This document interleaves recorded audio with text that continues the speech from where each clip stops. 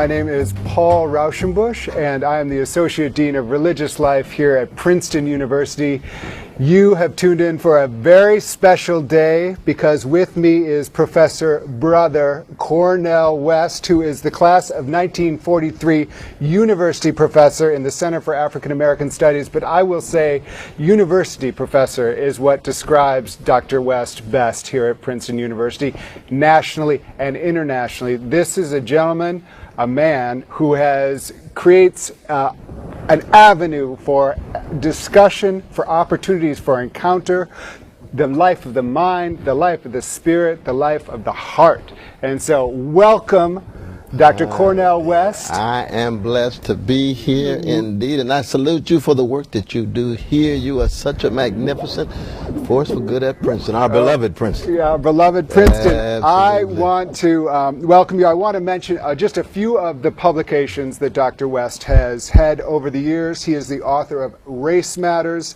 Democracy Matters, Restoring Hope, Prophecy Deliverance, Hope on a Tightrope, and now we have a new book out, which is Brother West, Living and Loving Out Loud. Welcome, Dr. West. What a blessing. Brother West, this is a book about you, which is a new thing, and this means that we have the opportunity to live your life through these words, and I want you to be able to tell us today, who are we going to meet in this book? Who has helped make Cornel West who Cornel West is today? Who are these people from your family, encounters in the community, unexpected people you have met through your travels? Can you name a few of those people, introduce us to them? Well, my dear brother, it begins with Irene and Cliff. I'm my mama's child and daddy's kid. Irene B. West, Clifton Lincoln West. And I don't have language to describe them. They're just beyond description in terms of the love that they had for me. Dad is gone, mom's still here. And the sacrifice that they made for me. And so from early on, I got a jump start in life. When they have that kind of love, that kind of saturation of genuine compassion. I mean, it was unbelievable. You really felt it. Oh, my God. I can feel it now. I can feel Dad's love from the grave. Definitely. But that family, the West family, is inseparable from Shiloh Baptist Church. Huh. Oh, yes. Reverend Willie P. Cook and Deacon Hinton and my Sunday school teacher, Sarah Ray.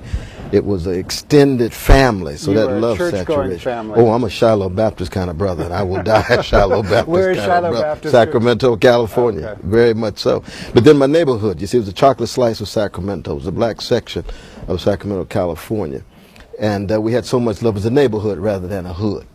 Real ties of empathy and bonds of sympathy there. So you walk down the street and people know who you are. Mrs. Ray, Mrs. Burton, Mrs. Stuckey, you know, Mr. Reed, all that love coming as the Little League with the sports and so forth. Responsibility for you as well, telling you when you're maybe going a little bit off track. Accountability, answerability, you know, and it's true all the way through school. Nona Saul and Cecilia Angel, who were white teachers who meant the world to me. You know, I was kicked out of school when I was in 3rd grade for refusing to salute the flag. And why?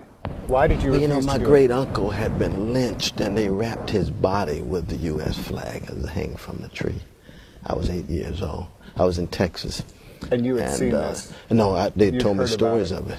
Yeah. And so when I got back, I said, you know, I associated that flag with some very negative things. That was the underside of American democracy, you know, Jim Crow, Jane Crow, lynching, and so forth. And so I got in trouble, got kicked out of school, little brother, which really hurt my mother. Did you explain to them? Were you able to put into words what it was? I tried to explain, but I got in a fight. The teacher hit me, I hit back, and got kicked out of school. Wow. It created a riot and so forth. Wow. And so when I was out of school, mom sent me to take an exam, IQ exam, and I did fairly well. I got about 160 something, I think it was. And they said, my God, this little Negro has potential. So they sent me to a school for gifted children across the way. And that's where I met Sister Nona Saul and Cecilia Angel, the two white sisters who really had magnificent teaching skills and made a fundamental difference in my life. But you see, the love continued. Same was true when I got to Harvard. But you know, what's here is you have there were a lot of people who could have said, that's it. Oh, absolutely. After you get kicked out of school, already we can see where this is going. Headed toward the prison, industrial complex. Yeah, but it's about not giving up, finding the place where you could enter. That's exactly. I mean, don't you wonder sometimes, like, who's in prison who just didn't have that chance to turn back? Oh, my God. I've taught in prisons now for 30 years, and I've seen folk whose sharpness and critical intelligence, but yet they made one bad choice. Yeah. One bad choice. And they didn't have this community to move them back into this area. And today you wonder if there could be a Cornell West, because if someone did that, that would have slated them, and you wonder if you hadn't had that community that said, okay, well, we're going to, and the parents. So I think it's hard to find the kind of love I had in my life in present circumstances. The market is so thoroughly permeated every nook and cranny of the culture. It's hard to find that kind of high quality family love, high quality school love. And it was true also at Harvard and Princeton. You know, when I arrived at Harvard, the love I have from Hillary Putnam and John Rawls and Roderick Firth, he's a Quaker. He's my dear brother. And when I arrived here at graduate school, Paul Benasref, he loved me to death. Oh, good God Almighty! He's like a father. He wasn't the only one. Tom Scanlon, Tom Nagel, Gregory Vlastos was magnificent. Walter Kaufman would have me at his home all the time. Those were magnificent days in which there was a kind of high quality relation between student and faculty. I'll never forget those days. And you had Shiloh Baptist when you were in Sacramento. What did you have when you get to Harvard? I ask that as someone who's concerned with religious life in the university setting. Did you have a place where you could say, okay, here I am at Harvard, but I can bring my Christian heritage with me. I can bring all that entails with me. Yes. Or did you have to leave that behind in favor of a life of the mind? Well, that's a good question. One is that I did two things. First thing I did when I got to Harvard was to find out where the program for poor children was that Black Panther Party was sponsoring. And so I ended up working the Black Panther Party breakfast program for 3 years. I was there. Wow. And the prison program. But then I was also head of the superintendent of Sunday school at Mount Pleasant Baptist Church in Roxbury. You've always done both, though, haven't you? Oh, absolutely. All of this comes together, and that's what feeds it. I'm a Jesus-loving free black man. Loves my way through the darkness and try to promote justice. You know what I mean? And that's just the way I am. That's where I die. So tell me about that. Tell me how do you see the Jesus on the page when you read scriptures, and how do you take that out of the page? What compels you? Because I think that's a good question right now for those of us who are kind of, I'm a liberal Christian, progressive Christian. I don't want to be too compelled by Jesus. I want to acknowledge him. Right. How do you get compelled by Jesus to get out there and do something? And then how do you know what to do? Well, I think a lot of it has to do with just my own formation. See, when I say I'm a blues man in the life and the mind of the jazz man in the world of ideas, that puts the stress on the spirit. So there's a sense in which I'm more concerned with the quality of spirit than I am even correctness of doctrine, which means I've got more pneumatology than the theology. So that this more spirit than the spirit. How much love is in it? Is it a high quality commitment to service to others? Are you willing to take a risk? What kind of price are you willing to pay? Those, for me, are the fundamental questions. You see what I mean? Yeah. And in that regard, then, I ended up, I've worshiped in Catholic churches for many years when I was married to a Puerto Rican sister. It was magnificent. The priest was a wonderful priest. I can imagine if I'd gone to another priest in another Catholic church, it would have been problematic. Right. But even as Black Baptist, I could have gone to certain Black Baptists and got run out because of my struggles against homophobia. Right. And my profound love for gay brothers and lesbian sisters. They'd have put me, well, not run me out, but they would have had a kind of excommunication halo over me because they figured I was going too far and violating some of their doctrine. But it's really the spirit of the thing. See, in that sense, I'm much closer to the Russians. I'm closer to Dostoevsky in terms of being a holy fool. A holy fool. Yeah, somebody who's just on fire with a certain kind of aspiration to compassion, because none of us are fully on fire with love, but we attempt to be in such a way that is more the witness bearing than it is the doctrine correcting. And that has to do with lived experience. It has to do with what kind of human being you want to be before you die. And tell me how how the cross, how suffering fits into this, because that's such a big part of, I think that one of the tricks of Christianity is that a transactional moment that just that allows me to separate myself from the suffering? Right. Or is that a call? Well, no, I think for me the suffering is always already there. It's there. Oh, yeah, it's always already there. The pain, the sorrow, even the grief in the morning when loved ones die, when friends die, and so forth. So in a way, that's the given. That's the raw stuff upon which we must work. Yeah. And you choose either be a wounded healer or a wounded herder.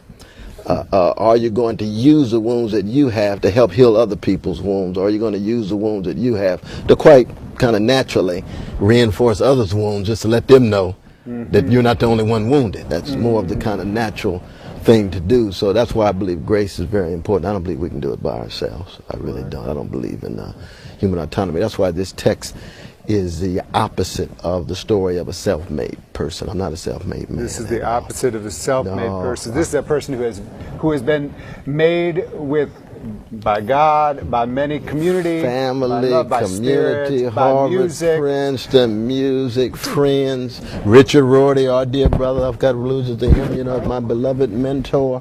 Where would I be without Richard Rorty? I can't even conceive of it. And it's not just his support. The brother loved me. Yeah. He loved me at the deepest level. I loved him we're together at Stanford University, as you recall. I know. For his memorial. Yeah. You were wonderful. Richard Rorty was is a cousin of mine and was a professor, perhaps a teacher of Dr. West, a great philosopher. Wonderful. We had a wonderful memorial service for Richard Rorty out at Stanford, at which Dr. West spoke. I remember that one, the anecdote by his daughter, who told the story of these workmen who came in and did this project for him, and he said he paid them way too much, and he said, "When the revolution comes, will you protect my house?" And they said, "No way, mister. You can't pay me enough for that." But that was the kind of, he was a funny man, but a wonderful man. He was a witty, loving, very self-effacing human being, but he made a big difference in my life. Yeah. Absolutely. Well, in many lives. Many lives. One of the things that I've quoted you on, I spoke at Chautauqua this summer on the ethics of capitalism. And I used your phrase, moral maturity.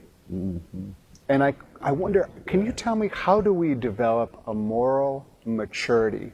Unfortunately, I missaid it one time. I said moral majority. Everybody laughed. I said, no, backtrack, rewind. Moral maturity. But how do we develop as individuals, but then also as a country, a moral maturity as it comes to economic systems, as it comes to how we treat our most vulnerable, how we do foreign policy? What are some of the pathways you see in front of us as we do moral maturity, as we grow up? It's fascinating that, really this book is about the power of love, but it's also about the power of paideia, P-A-I-D-E-I-A. Yes. And I think moral maturity can be one of the effects or one of the products of undergoing an endless and ceaseless activity of paideia, of deep education, because moral maturity comes from courage.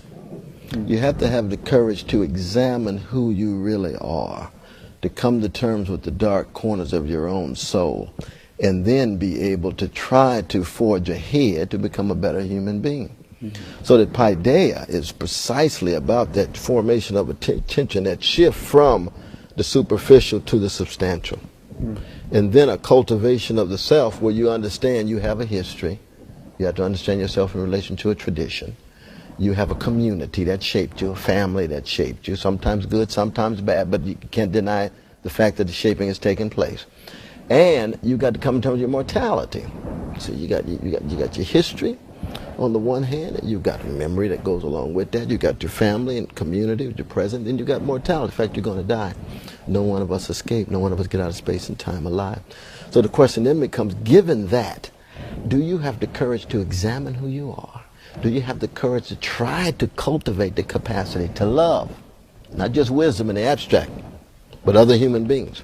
Not just your family, but what I call spillover love. Or what Jesus called, when Jesus in the Sermon on the Plain talks about loving your enemies, that's the logic of superabundance. Because you got Leviticus 19:18 says, love thy neighbor, that rich prophetic Judaic tradition that Jesus flows out of. Right. But that's the logic of equivalence. Love thy neighbor as thyself.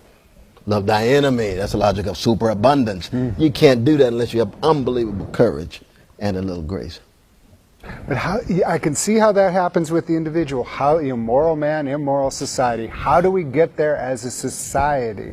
See, as a society, it's only the morally mature ones who bear witness. You know, it could be Frederick Douglass, it could be Dorothy Day, it could be Martin King, it could be Rabbi Abraham Joshua Heschel, it could be Noam Chomsky. I mean, it takes the secular forms, it takes Christian forms, Judaic forms, Hindu forms with Gandhi and so forth. They all set a standard. You say, okay, they may not be able to change the world by themselves, even with their movements, but they're setting a standard of what truth-telling is and what trying to be concerned about the persons whose voices are lost or the weak or the least of these. 25th chapter of Matthew is all about, you see. Right. And when you have that sense of what the standards are, we know we're going to fall short. But Samuel Beckett is right. You know, the wonderful line he has in this last prose fiction of Wordsworth Hoe, we try again, fail better. Try again, fail better. That's what progress is. That's what progress is. So when we die, we raise the question, how good was your failure? Because I know I could have loved more. I know I could have served more. I know I could have written more. I know I could have changed the world more. I couldn't do it all. But I gave all that I could. That's the crucial thing. Every day is precious to try. Every day you try. I have a question about this book. Okay, so we can see you're a triumph. We were talking about. There's a high school named after you already. There are pictures on walls. Where were moments when you came against an idea that changed your mind, and how were you able to change your mind with grace? You know, because sometimes, I remember Dr. Jim Cohn, who was a professor of mine at Union Seminary, where you also taught. Oh, absolutely. And he said, he opens his systematic theology saying, I am looking to you as my students because you will teach me where I need to go next. Because when he started, he didn't really talk about women. He didn't talk about gay people. He wasn't interested in Latino suffering.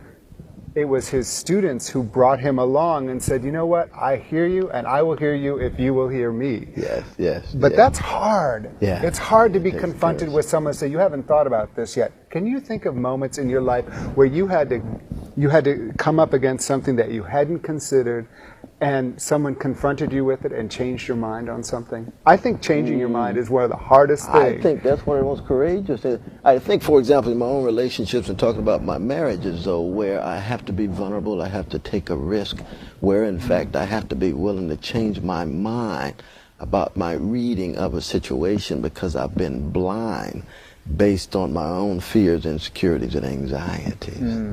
And that's a very complicated set of dynamics in a marriage, in a love relationship, or even in a friendship in a certain sense. But for me, probably the most difficult moments where I've had to change my mind is when I was convinced of X in a personal relationship and turns out not to be true, and I had to courageously both acknowledge I was wrong, acknowledge that the source of my wrong had to do with my own insecurities and inadequacies, you see. And that's where, a genuine humility, so it's not just opposing in the form of a modesty, but you really know you're a cracked vessel. At the deepest level, you know you're a cracked vessel. You know. But how can you talk a little bit about how you get to convince it? Because you could be arguing and then all of a sudden you realize, oh, maybe you're right. Is that the way it happens? No, it's not usually in the middle of the argument. That's not what it you happens. need a little distance from that. Right. Oh, you're right. It's more a moment of contemplation by yourself, thinking like, she was actually right about that. She hit something in me that I didn't want to go there, but in fact, I have to go there, and in going there, I have to reconceive of not just where I was and what I was doing, but in part who I am. In part who I am. No, it's true. And that's it's a painful thing, but I mean, all learning, and to philosophize to learn how to die, as Montaigne said, right? So that Wait, I'm sorry, say that again? To philosophize is to learn how to die, because something inside of you has to die in order for something to be reborn.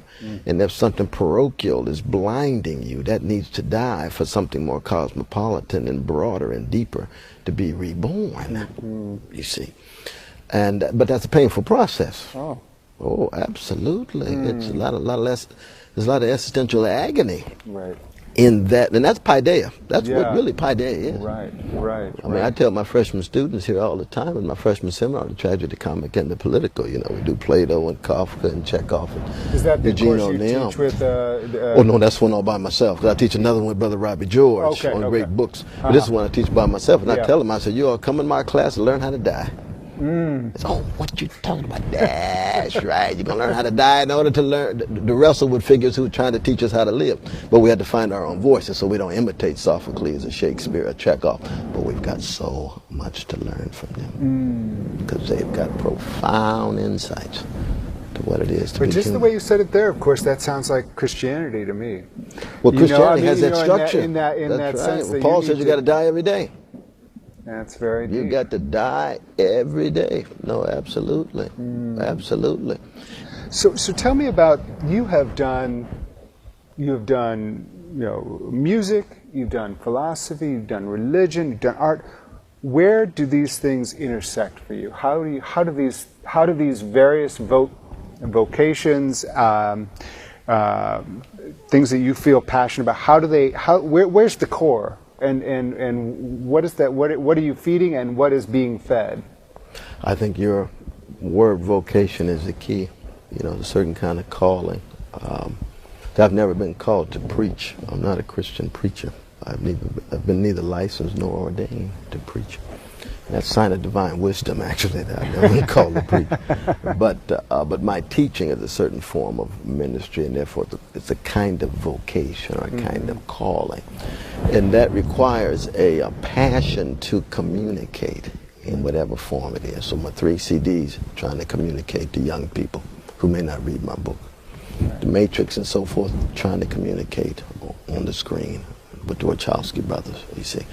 Radio commentary, my dear brother Tavis Smiley, trying to communicate, no face, just voice, you see.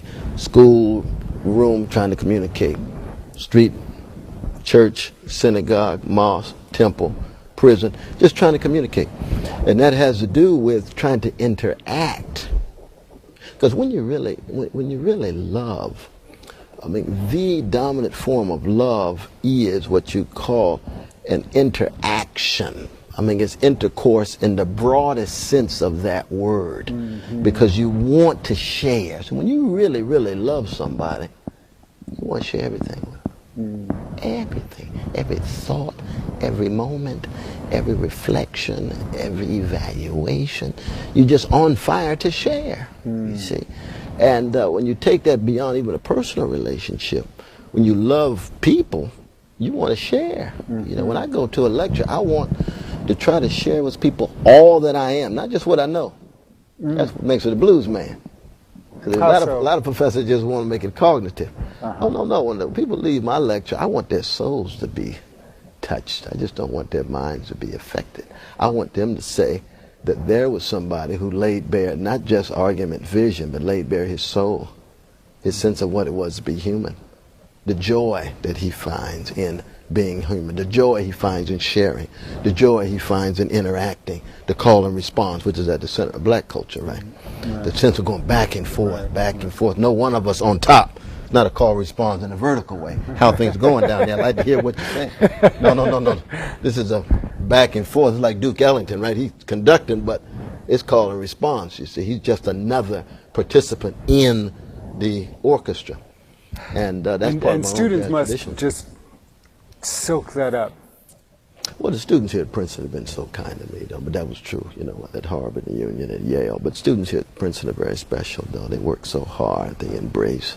They are challenged. Their lives are changed, not in terms of agreeing with me. I don't want students to agree with me. I want them to find their voices. You see, I want them to be able to wrestle with who they are, because each one of them have a distinctive singularity as persons, almost like a thumbprint, fingerprint. And they are eager to wrestle with that. Absolutely. I never have to say, oh, let's pay attention. They are there. They want to go. Absolutely. You know, they really do. That's one of the joys of teaching at Princeton. Amazing. You know, I thank Shirley Tillman, yeah. One of the visionary leaders of higher education, for inviting me back to Princeton. Yeah, yeah, wonderful. So, who are the spiritual heroes that you continue to call upon? And who are some spiritual heroes that you see from the past, but who are some spiritual leaders that, heroes or people who you admire today that you think people should know about, that maybe not be on the national radar? I mean, for me in my own life, I mean, when I think of real heroes, even role models, I really don't think of so-called celebrities or well-known people in the pantheon of struggle. I start with my brother. See, I don't know anybody who is wiser than my brother. What was his name? Clifton. He's still strong. Clifton. And oh yeah, he and I, you know, like white on rice, man. Okay. You can cut him and I bleed. You know what I mean? You pinch me, he shouts. He says that's how close we are. And then my father, who is passed, I mean, who has passed, who is dead, I should say. I never met anybody who could be so consistent and profound in his spirituality. He's a very soft-spoken person. You see, so me and Clifton will never be half the man my father was. So that I would mention those two even before I'd mention Martin King, because I never met Brother Martin. I read about him. You know, I heard him speak when I was 10. When you were 10? Oh yeah, I was moved by him. Where were you? I was moved, Sacramento, California, Memorial Auditorium. Wow. I was moved. I don't really remember too much of what he said. I knew when he was done, this brother's for real. Whatever he talking about, he is for real. He's serious, brother. And I love that about him. But some of the historic figures who I've never met would be people like Martin Luther King Jr. and Abraham Joshua Heschel.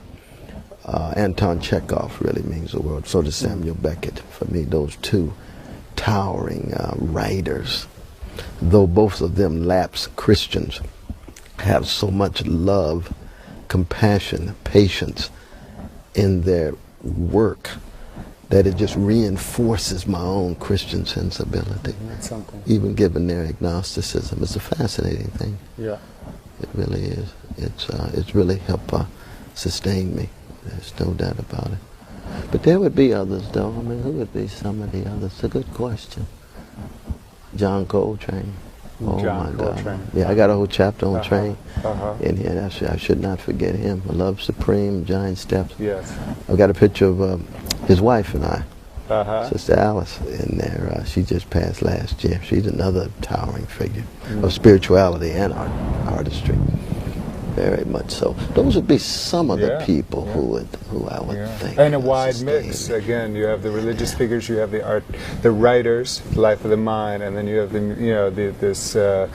musical, and just because we can get these inspirations from so many places that come together to make us who we are, and not to be ashamed. I think sometimes this idea of the sacred and the secular. You know, okay, this is where I'm going to get this, and this is where I'm going to get this, and I think it's about integration with you. You're one of the things that you are a living testimony to is the integration of these forces, figuring out what is healing, what is prophetic, what is true, and integrating those things and rejecting those things that are. That's a beautiful way of putting it. Because Albert Einstein, you know, who I had on my wall as an undergrad, he meant so much for me. Not only because we both played the violin, but you know, here's somebody who's probably the most brilliant mind and intelligence in the 20th century, a level of humility and a hypersensitivity to the suffering of poor people and oppressed people and working people. You know, but we don't hear that, do we? Yeah, that side of Einstein, you know, I mean, we need really to highlight more. That's true. It's true. It was,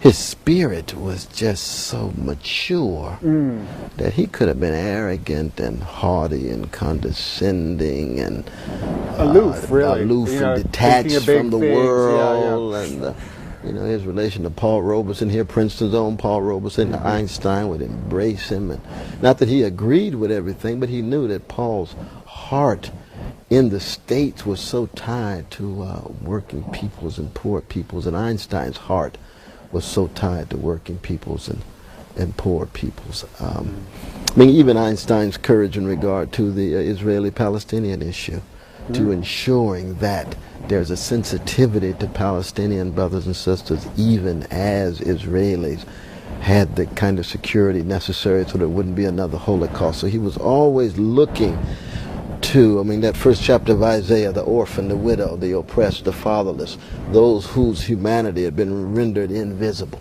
Now, Einstein himself was, you know, kind of spinocistic agnostic in a certain sense. You know, he had a deep spirituality without having any cognitive commitments to any religion or God. But that kind of spirituality led toward, to me, a moral maturity, back to your friend. Right. That you got to, that always just deeply inspired me. I was just reading. I think sometimes that agnosticism can lead to a moral maturity. A little bit of agnosticism, the not knowingness, leading ways to the ways we can know. I'm sorry, I interrupted. No, you're absolutely right. You are absolutely. But that's part of the kind of intellectual humility that we associate with Socrates, who knew that he knew more than anybody else, precisely because he knew he didn't know anything, and they thought they knew what they didn't know. He said, "Oh, that's the intellectual humility there." But it's a seeking. It's in the pursuit. It's an endless quest without ever possessing the truth. That's what's beautiful about it. An endless quest without ever possessing the truth. I think that sums it up. We are out of time, but I want to thank you so much. Thank you so much, my brother. Us here on this show. This is a book that is going to change your life. We are so blessed to be living in a time with Dr. West, so thank you so much for being with us on the Inner Core. Until the next time, I look forward to seeing you here on the Inner Core. My name is Paul Rauschenbusch from Princeton University. Live well.